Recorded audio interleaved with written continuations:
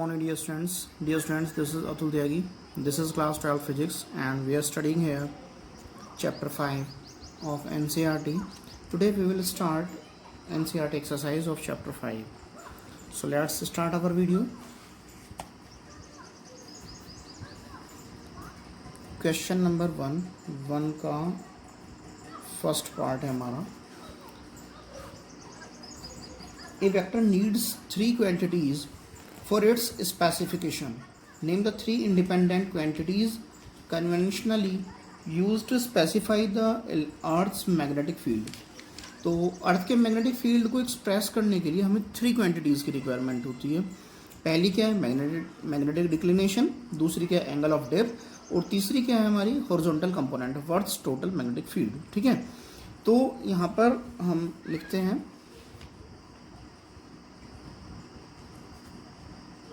the three independent quantities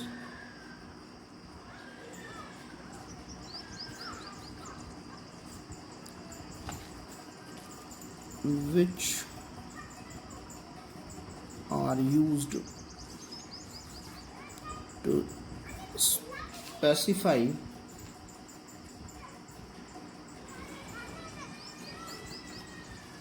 the earth magnetic field.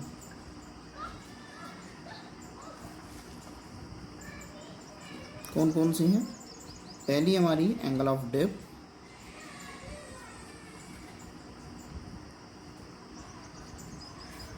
दूसरी है हमारी magnetic declination,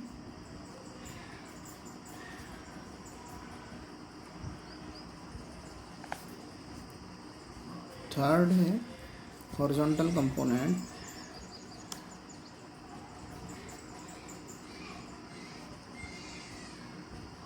horizontal component of earth's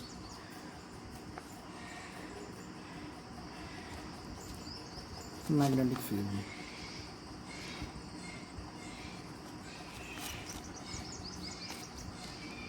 okay, so the three independent quantities which are used to specify the Earth's magnetic field. Number 1 angle of depth, number 2 magnetic declination, और third है हमारी horizontal component of Earth's magnetic field. Okay, अब हम इसका B part देखते हैं. Question number 1 का B part क्या है? The angle of depth at a location in southern India is about 18 degree. Would you expect a greater or smaller dip angle in Britain? ये अच्छा क्वेश्चन है, CBSE में आया हुआ भी है. तो हमको पता है कि ब्रिटेन जो है हमारा सदर्न इंडिया के कंपैरिजन में अर्थ के नॉर्थ पोल के ज़्यादा पास है. ब्रिटेन जो है सदर्न इंडिया की कंपैरिजन में अर्थ के नॉर्थ पोल के ज़्यादा पास है, इसलिए यहाँ पर एंगल ऑफ डिप जो होगा वो ज़्यादा होगा. ठीक है, प्लीज़ नोट डाउन कि ब्रिटेन में एंगल ऑफ डिप की वैल्यू जो होती है अप्रॉक्सीमेटली 70 डिग्री होती है. ठीक है, हो सकता है आपसे ये भी पूछ लिया कि वहाँ लगभग कितनी होगी, तो आप इसे भी ले सकते हैं. Britain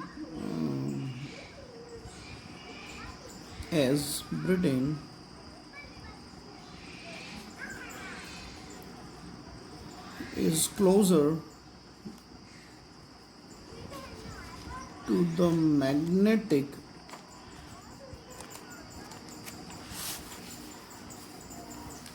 North Pole.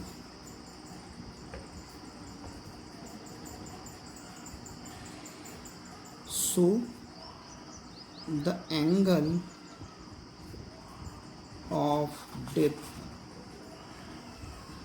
is greater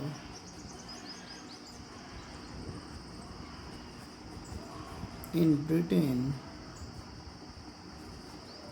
than that of in India.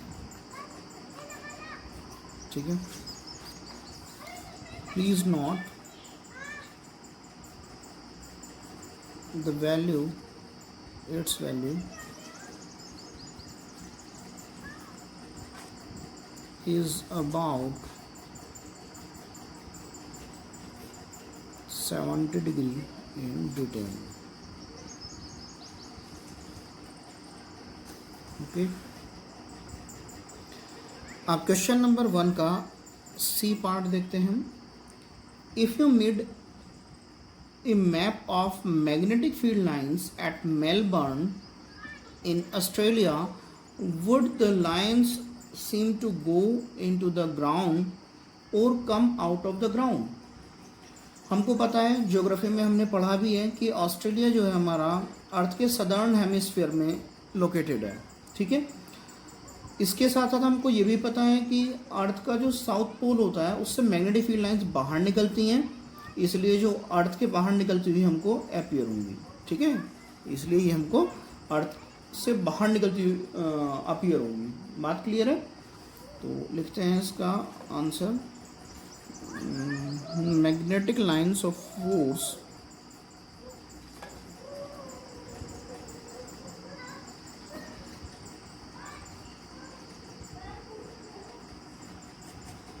Of earth magnetism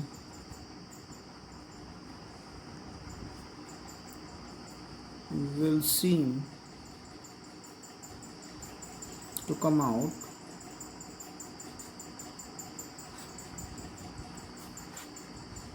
of the ground, ठीक है। इन ऑस्ट्रेलिया, उसने मेलबर्न दिया है तो पहले मेलबर्न लिख लेते हैं। In Melbourne, MELBOURN, in Melbourne जो कि ऑस्ट्रेलिया में है, AUSTRALIA, Australia, because this reason lies in the southern hemisphere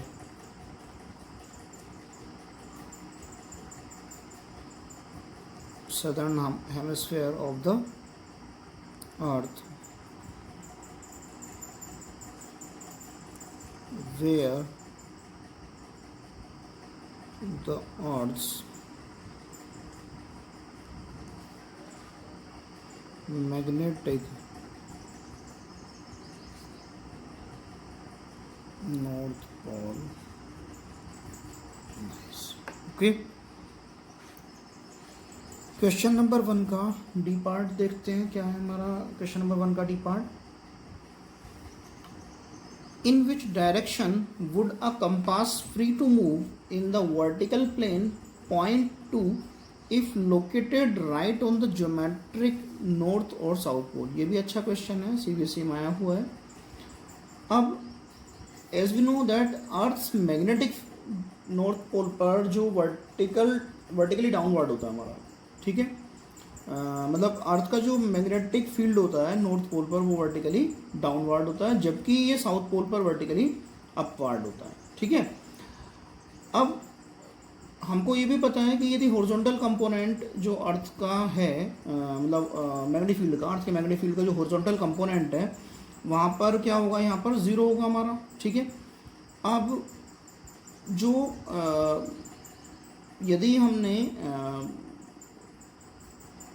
magnetic compass जो कि पोल पर लटकी हुई है वर्टिकल प्लेन में, ठीक है, तो वो क्या होगी, फ्री होगी मूव करने के लिए, और इस सिचुएशन में वो किसी भी डायरेक्शन में मूव कर सकती है, ठीक है।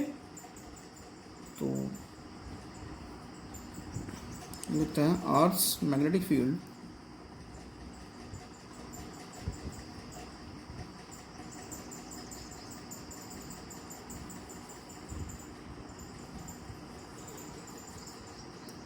is exactly vertical at the poles, ठीक है। आप थोड़ा सा आपको ये ध्यान देना है, यदि वो नॉर्थ है तो किस डायरेक्शन में होगी, और यदि वो साउथ है तो वो किस डायरेक्शन में होगी, ठीक है। ये आपको खुद देखना है कि कब हमारी डाउनवर्ड होगी हमारी और कब वो अपवर्ड होगी। हालांकि मैंने अभी आपको बताया है, ठीक है, कि साउथ पोल जो साउथ पोल होता है उस पर वर्टिकली अपवर्ड होता है और जो हमारा नॉर्थ पोल होता है उस पर वर्टिकली डाउनवर्ड होता है। तो यहाँ पर लिख लेते हैं, earth's magnetic field is exactly vertical at the poles, लिख लीजिए नोट करके, नॉर्थ पोल पर वर्टिकली डाउनवर्ड,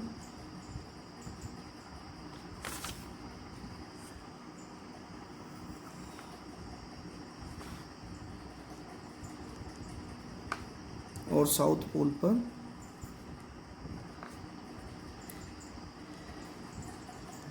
वर्टिकली, ठीक है। तो ये लिख लिया आपने, at the poles and so the horizontal component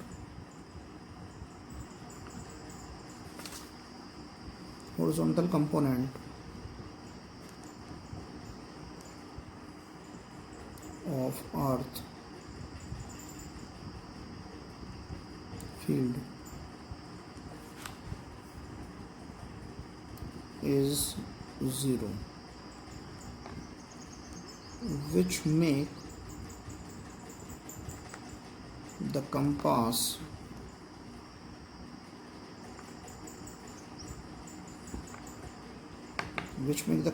needle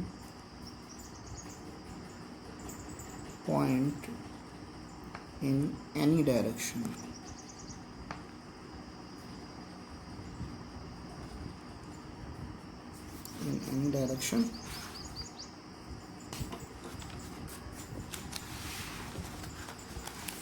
At the geomagnetic north or south pole.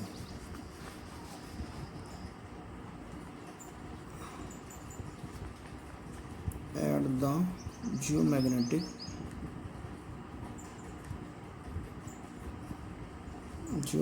north or south pole.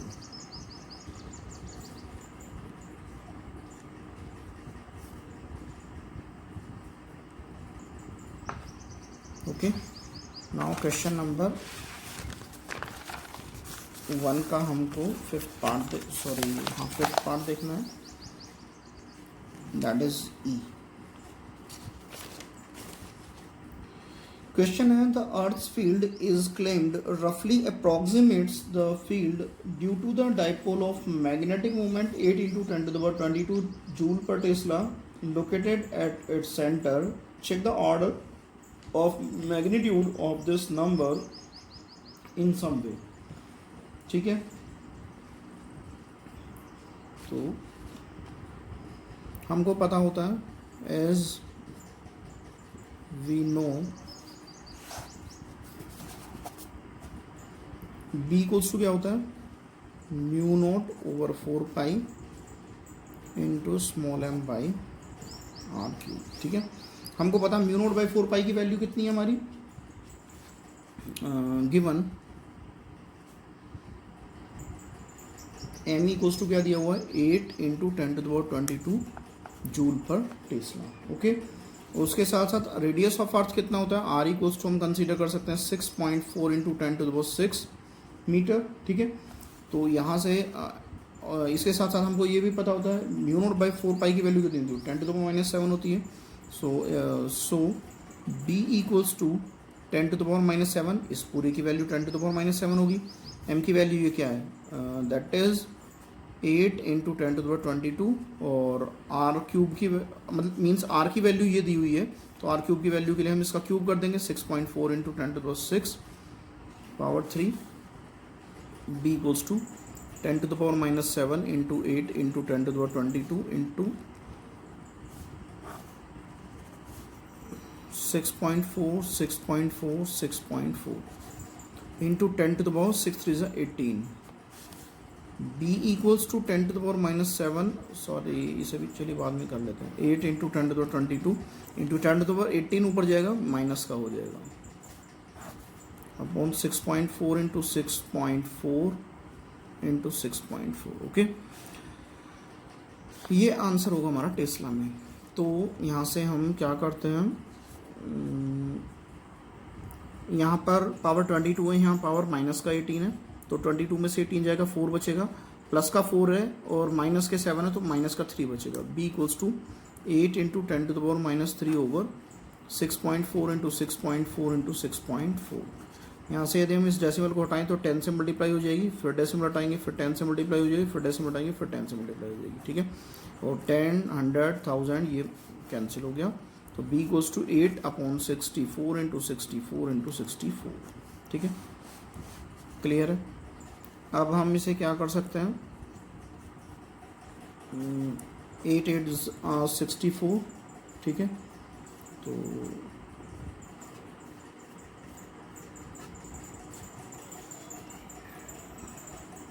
ये हो गया हमारा, यहाँ पर 1 आएगा, b equals to 1/8 into 64 into 64। ठीक है, तो ये हो जाएगा हमारा b इक्वल्स टू, ये हो गया 1/2 पावर 3 और ये हो जाएगा 2 पावर 6, 2 2 जो 4, 2 जो 8, 2 जो 16, 2 जो 32, 2 जो 64 into 2 power 6। b equals to 1/2 power कितना होगा, 6 3 9 और 6 15।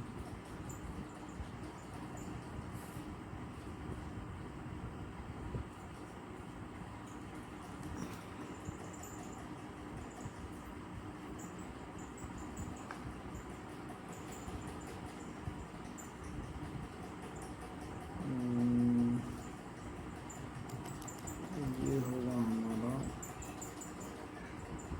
ये टेस्ला में हमारा आंसर चल रहा है। ठीक है, यदि मैं इसे गॉस में कन्वर्ट कर लूँ तो 10,000 से मल्टीप्लाई की जा सकती है गॉस। यहाँ लिख सकते हैं since 1 tesla equals to 10 to the power 4 gauss. ठीक है, तो ये हो जाएगा हमारा,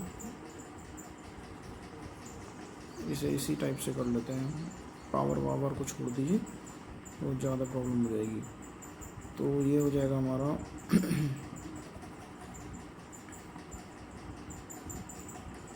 8 इंटू 64 इंटू 64, इसी को लिख लेते हैं। ठीक है, इस वाली लाइन को मत करिएगा नेसेसरीली। ये जाएगा 4 टाइम्स, ये जाएगा 5000, 2 टाइम्स 2500, 1250। ठीक है, ये फिर 32 टाइम्स जाएगा, ये आएगा 2 6 12 25, 625/32 into 64। b equals to 625/32 into 64। और इसे आप सॉल्व कर लीजिएगा, कुछ वैल्यू आएगी 625 को 32 इंटू 64 से कुछ वैल्यू आई हमारी, अप्रॉक्सीमेटली जो भी आएगी हमारी, देख लीजिएगा, ये लगभग उसी ऑर्डर की होगी जिस ऑर्डर में हमारा अर्थ का मैग्नेटिक फील्ड होता है हमारा। ठीक है ना, विच विल बी नियरली, मैं यहाँ पर लिख रहा हूँ, आप इसे थोड़ा सॉल्व कर लीजिएगा। ठीक है, नियरली मैग्नीट्यूड जो होगा हमारा अर्थ के फील्ड का जो मैग्नीट्यूड होगा उसी के अप्रॉक्स में इक्वली होगी हमारी। ठीक है, आप लिख लीजिएगा जो भी कुछ आएगा। ठीक है,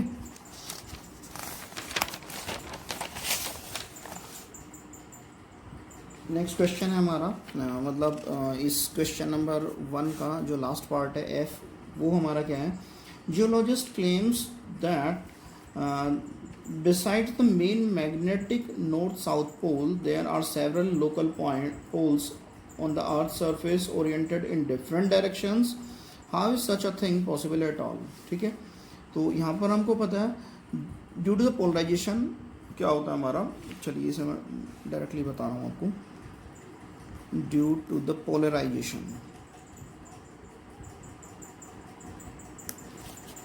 ऑफ मिनरल्स, ऐसा तो नहीं है कि अर्थ में केवल आयरन ही है, और भी बहुत सारे हमारे मिनरल्स हैं हमारे।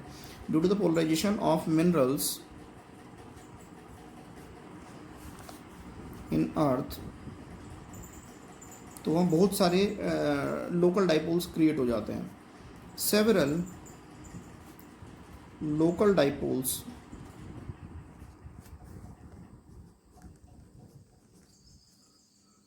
Are induced,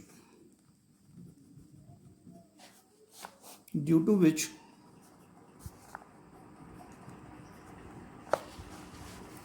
localized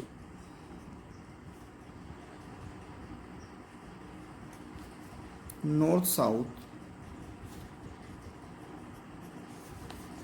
poles exist on Earth's surface.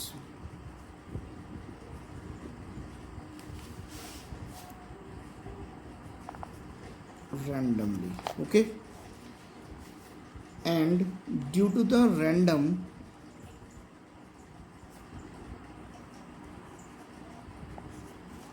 distribution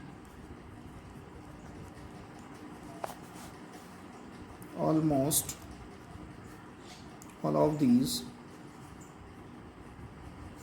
cancelled to each other. So the net effect remains almost constant. Same लिख सकते हैं, almost same everywhere.